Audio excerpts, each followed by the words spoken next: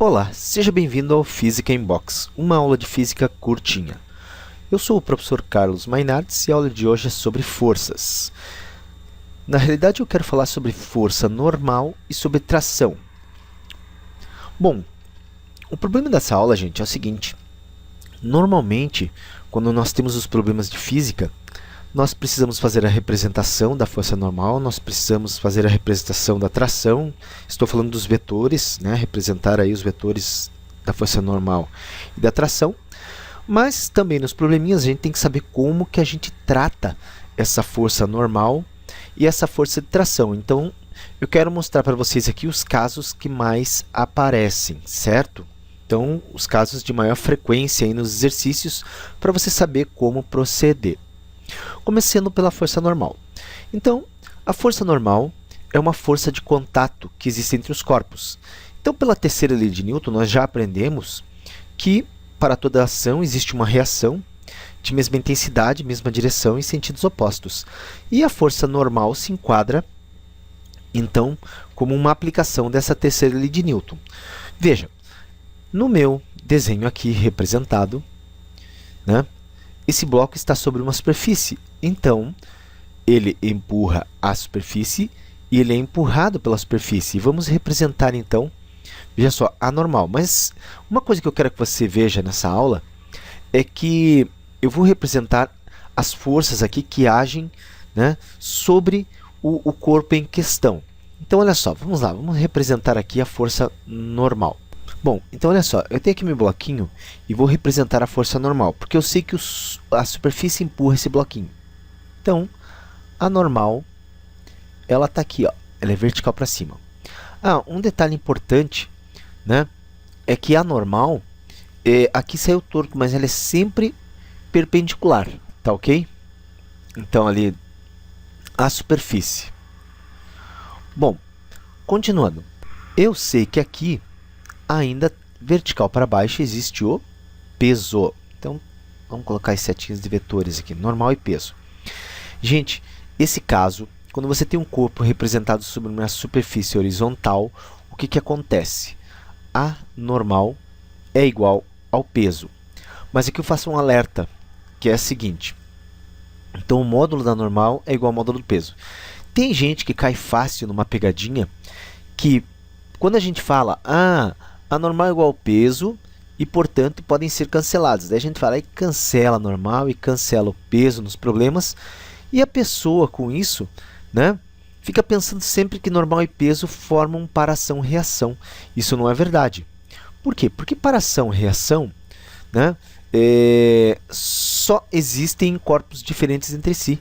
E normal e peso estão representados no mesmo corpo. Apesar de, então, de estarem na mesma direção, serem de mesma intensidade e de sentidos opostos, o problema é que estão representados no mesmo corpo e não formam par-ação-reação, tá ok? Então, normal é igual ao peso.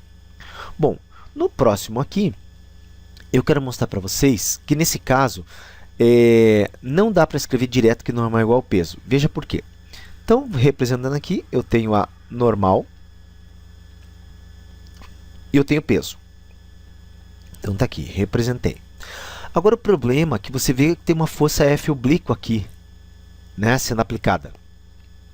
E, nesse caso, a normal não pode ser igual ao peso, porque existe uma componente dessa força normal, né, e a aula que explica como obter componentes é vista lá em vetores, tá? É a aula 5 de vetores. Então, olha só, mas quando a gente decompõe essa força, e deixa eu representar aqui, né, na vertical, vou colocar aqui. Ó, eu tenho aqui um vetorzinho que se chama Fy, tá? Que é uma componente dessa força F. Nesse caso aqui, gente, então é muito importante observar que não tem somente normal e peso ao longo da vertical atuando, tem esse Fy também. Nesse caso, se eu for escrever, né, olha só, veja que tem uma coisa muito importante, a normal está para cima, o peso está para baixo e Fy também está para baixo. Pensando numa situação de equilíbrio, então eu escrevo que normal, que é o que está para cima, deve ser igual a quem está para baixo, nesse caso, peso mais Fy. E se você pensou aí, ah, mas e se o F estivesse puxando então, de forma que ela estivesse em sentido oposto? O Fy ia ficar para cima. Exatamente. Aí eu teria normal mais o Fy que ficou para cima igual ao peso, tá ok? Mais uma situação aqui, vamos representar. E olha só, plano inclinado. A normal, né? A normal está aqui representada. E é muito importante que você perceba que ela é o quê? Perpendicular ao plano inclinado. Bom, nessa situação aqui, tome cuidado porque o peso, quando representado, ele é sempre representado vertical e para baixo. Então, o peso está aqui, ó, né?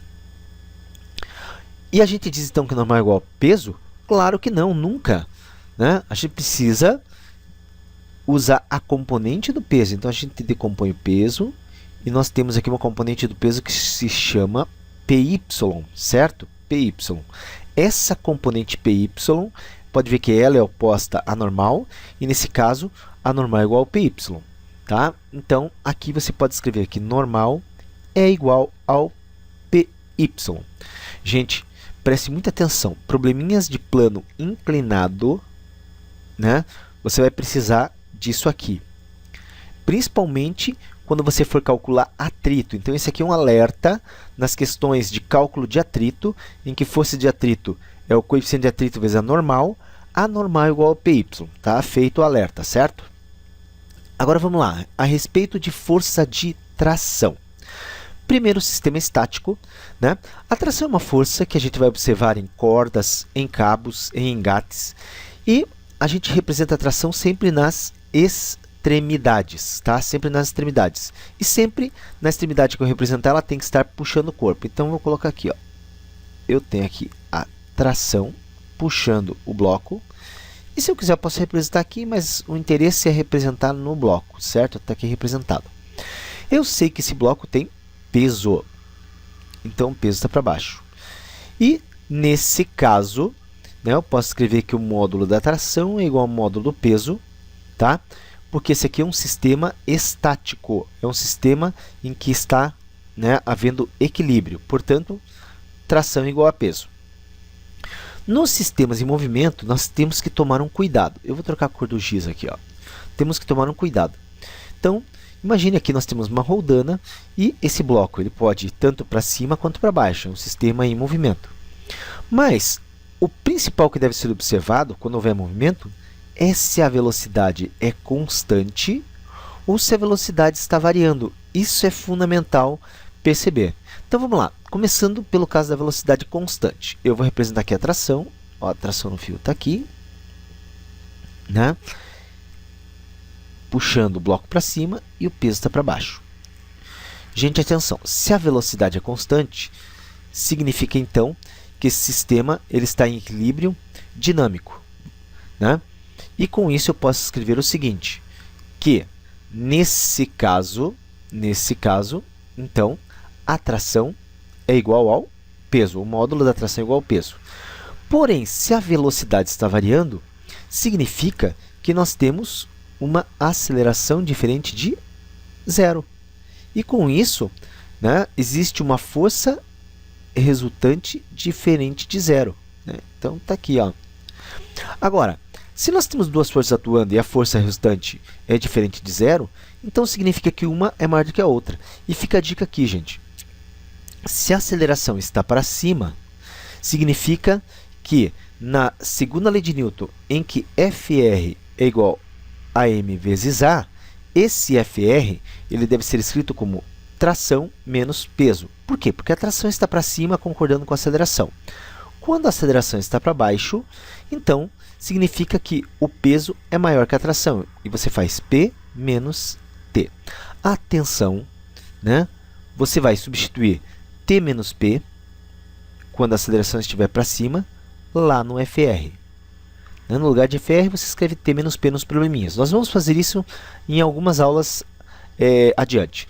E, quando a aceleração está para baixo, você faz peso menos tração. E também vai substituir no Fr. Certo? Então, se gostou da aula, é só curtir aí embaixo, né? Você pode também compartilhar com seus amigos e comente. O seu comentário é importante, seu comentário ajuda a melhorar as próximas aulas que virão, tá ok? Muito obrigado, até a próxima!